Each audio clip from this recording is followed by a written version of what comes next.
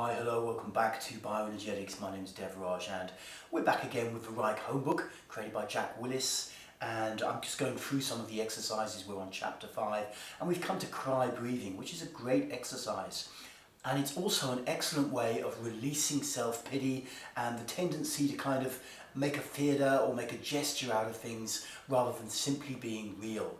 And we learn this as kids. We learn it as kids as a way of protesting. So let me just read quickly what Jack, or my précis of what Jack has written about cry breathing. So the technique: the inhale is broken up into a series of short gasping inhales, just as if inhaling while sobbing. So it goes like, I'm breathing in, my belly's coming out, and then the exhale is normal with an R sound. So let's put those two together.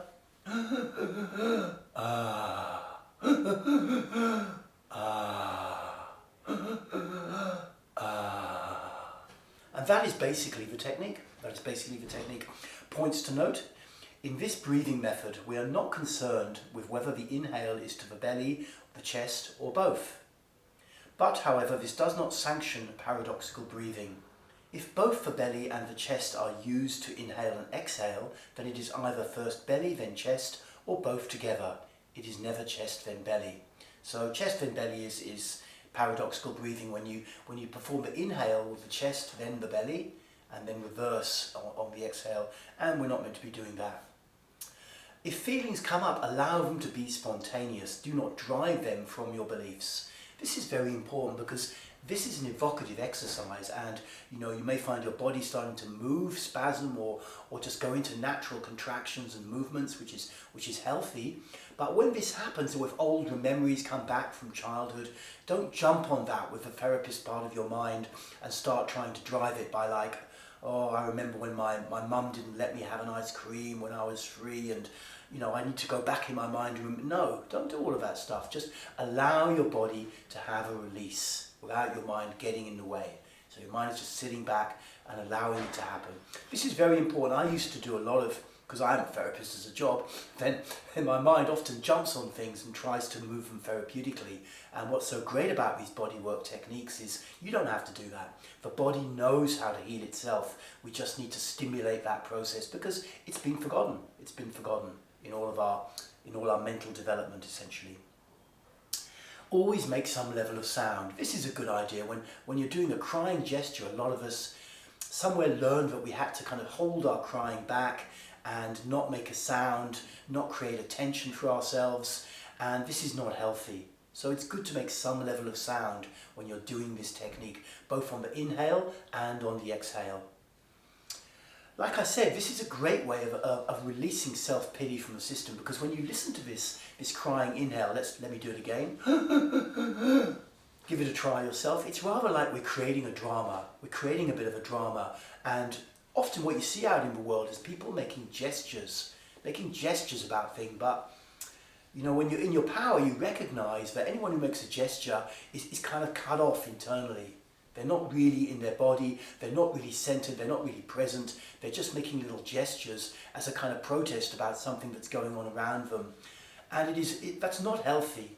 You're conditioning yourself with a kind of small self-image, and secondarily, you're blocking your natural power from coming out and saying, hey, I don't like what you're doing, or, hey, I really want to talk to you about what's going on here.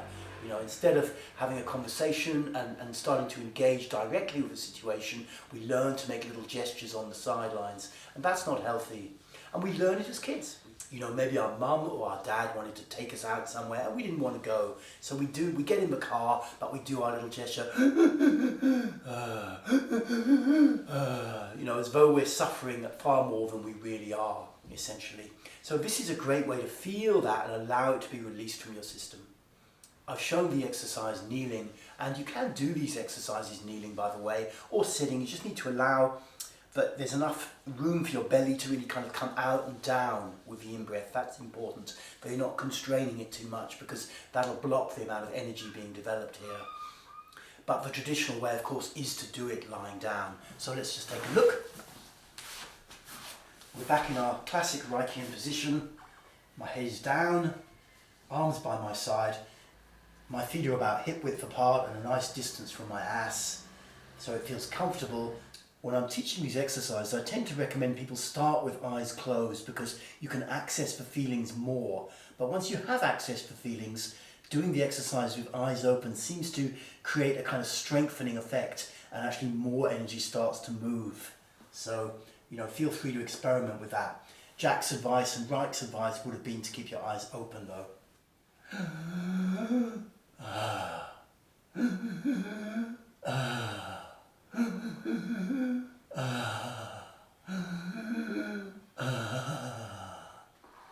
So that is cry breathing. Feel free to give it a go.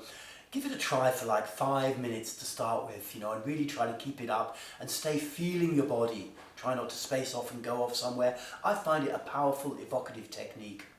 Great, thank you for tuning in. Feel free to check out The Journey, which is a 52-week online course I run, and I'll leave a link for that below. You can find it on my website, bioenergetics.org.uk, and stay tuned for more free content on YouTube. Thank you.